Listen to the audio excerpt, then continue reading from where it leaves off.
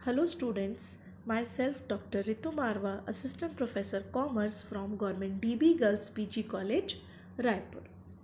आज हम BCom final year के पेपर प्रिंसिपल ऑफ मार्केटिंग या विपणन के सिद्धांत पर डिस्कशन करेंगे। इससे पहले के वीडियोस में हमने यूनिट 1 के लगभग सारे टॉपिक्स को कवर कर लिया है। अब जो हमारे 3 टॉपिक्स रह गए हैं, आज हम उन पर चर्चा करेंगे। विपणन संबंधी विभिन्न अवधारणाओं के प्रारूप, इसके अलावा आधुनिक विपणन विचारधारा एवं भारत और विपणन का सामाजिक उत्तरदायित्व। तो आइए सबसे पहले हम देखते हैं कि विपणन संबंधी विभिन्न अवधारणाओं के प्रारूप क्या है। फिलिप कोटलर ने विपणन संबंधी 4 अवधारणाओं का उल्लेख किया था, परंतु बाद में अनेक अध्ययनों के पश्चात विषय विशेषज्ञों ने इसमें 2 और अवधारणाओं को जोड़ा है। तो आज हम कुल 6 अवधारणाओं का अध्ययन करेंगे। तो सबसे पहली अवधारणा है उत्पादन अवधारणा या प्रोडक्शन कॉन्सेप्ट। यह विपणन की पुरानी अवधारणा है और इस अवधारणा के अंतर्गत माना जाता था कि उत्पादन जो होता है, वो उत्पादन की जो वृद्धि होती है वह मुख्य समस्या है। यहाँ पर वस्तुओं और सेवाओं का अभाव नहीं है, बल्कि जो विक्रेता है वो बाजार में राजा है। वह जिस भी वस्तु का निर्माण करेगा वह तुरंत बिक जाएगी। इसके अलावा वित्तीय अवधारणा, यह जो अवधारणा है इसके अनुसार यह माना जाता था कि यदि व्यावसायिक फर्मों को लाभ कमाना है तो उन्हें अवसर का लाभ उठाते हुए विलय की ओर और वित्तीय एकीकरण की ओर आगे बढ़ना चाहिए, ताकि उनके आधारभूत जो औद्योगिक ढांचा है उसमें वृद्धि हो सके। इसके अलावा तीसरी अवधारणा थी विक्रय अवधारणा। इस अवधारणा के अनुसार यह माना जाने लगा कि वस्तुओं के अभाव के स्थान पर ग्राहकों का अभाव की ओर ध्यान देना चाहिए, अर्थात ग्राहकों में वृद्धि की जो आवश्यकता है उसको महसूस किया जाने लगा और इसलिए विज्ञापन बजटों में वृद्धि हुई, विक्रय शक्ति का विस्तार हुआ, ब्रांडिंग, पैकेजिंग एवं विक्रय संवर्धन जो थे वो महत्वपूर्ण औजार बन गए और विपणन अनुसंधान का प्रयोग किया जाने लगा और उपभोक्ताओं को प्रेरित किया जाने लगा ताकि वह बाजार की ओर अग्रसर हो और अधिक से अधिक बिक्री हो सके।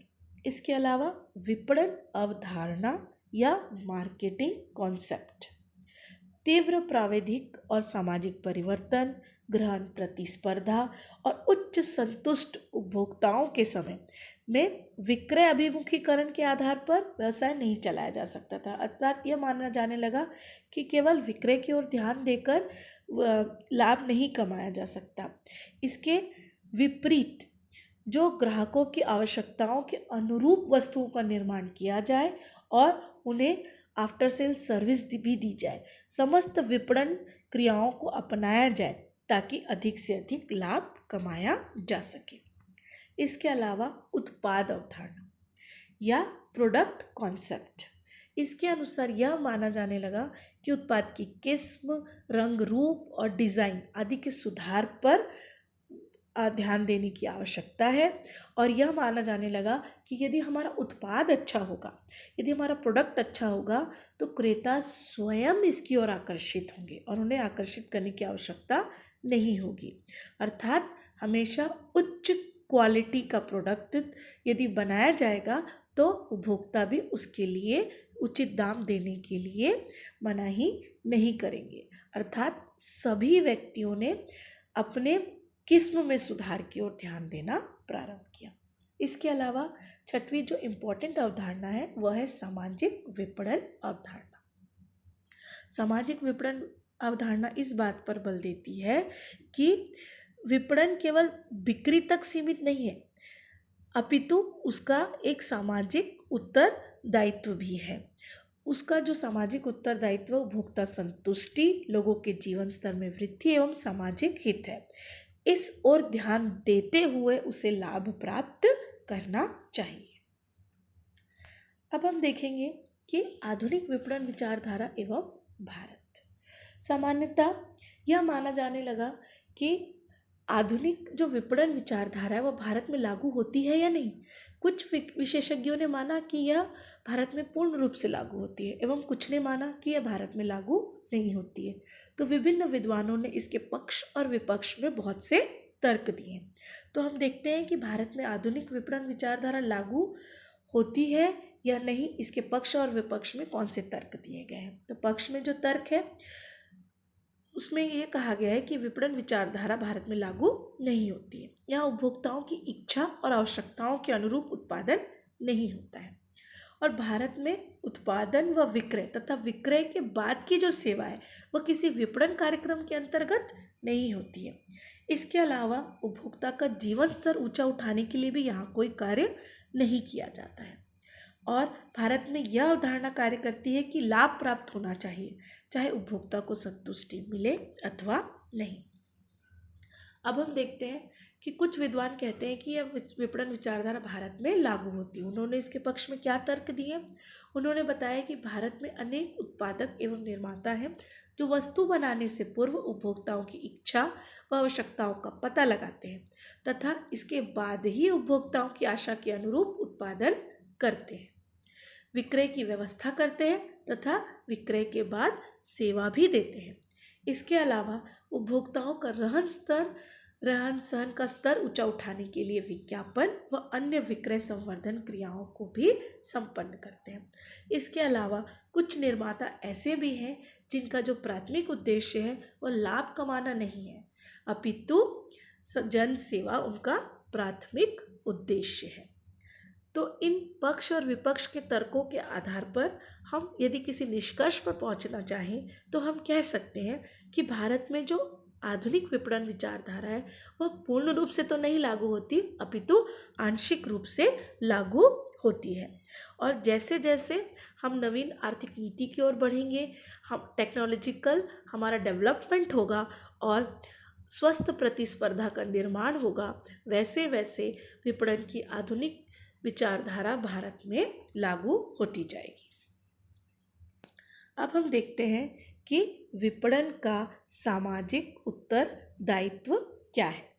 जो पुराने समय में माना जाता था कि व्यवसायियों का जो मुख्य उद्देश्य होता है केवल लाभ कमाना होता है, परंतु यदि हम आधुनिक अवधारणा की तरफ जाएं तो वहाँ यह माना जाता है कि प्रत्येक व्यवसायी का समाज के प्रति भी कुछ उत्तरदायित्व होता है और प्रत्येक व्यवसायी से यह आशा की जाती है कि वह अपने इस उत्तरदायित्व को निभाते हुए लाभ को प्राप्त करे।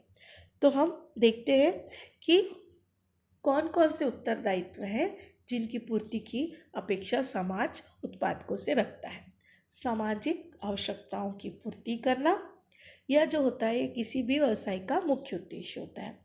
समाज की आवश्यकताएं होती हैं जिनको पूरा करना व्यवसाय का मुख्य उद्देश्य होना चाहिए। उसे चाहिए कि वह उपभोक्ताओं की आवश्यकता के अनुरूप वस्तुओं का निर्माण करे ताकि व्यक्तियों के जीवन स्तर में सुधार हो, वह नवीन टेक्नोलॉजी की वस्तुओं को खरीदे और जिससे उनके रहन सहन के स्तर में वृद्धि हो। जैसे कि हम देख रहे हैं कि आज का जो युग है उसमें जो बाजार है वह राष्ट्रीय अंतर्राष्ट्रीय सीमाओं को पार कर गया है। ग्लोबलाइजेशन का ज़माना है।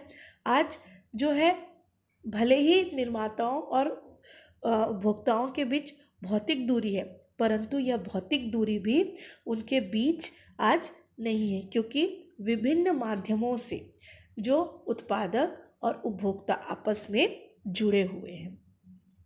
तो इसलिए उत्पादकों का यह कर्तव्य है कि वह अपनी नवीन वस्तुओं से उपभोक्ताओं को अवगत कराएं और उन्हें उसके उपभोग के लिए प्रेरित करें। इसके अलावा उपभोक्ता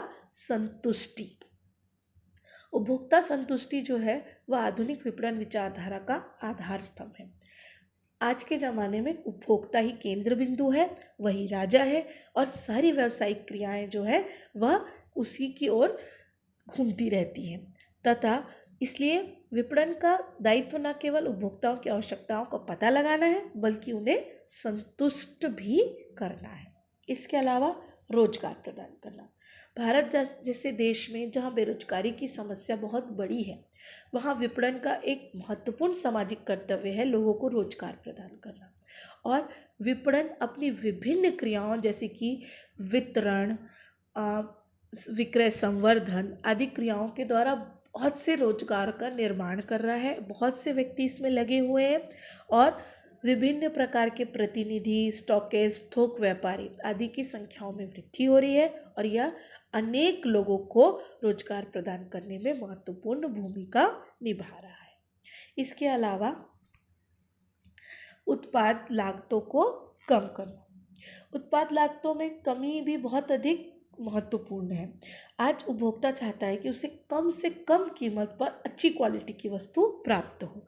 तो जो भी व्यवसायी इस ओर अपना ध्यान केंद्रित करेगा, अर्थात उच्च क्वालिटी की वस्तु ग्राहकों को कम कीमत पर उपलब्ध कराएगा, वही बाजार में राज्य करेगा। तो इसलिए प्रत्येक उत्पादककर्ता का यह सामाजिक उत्तरदायित्व है कि वह अपने उत्पादों की कीमत को कम से कम रखे। धन्यवाद।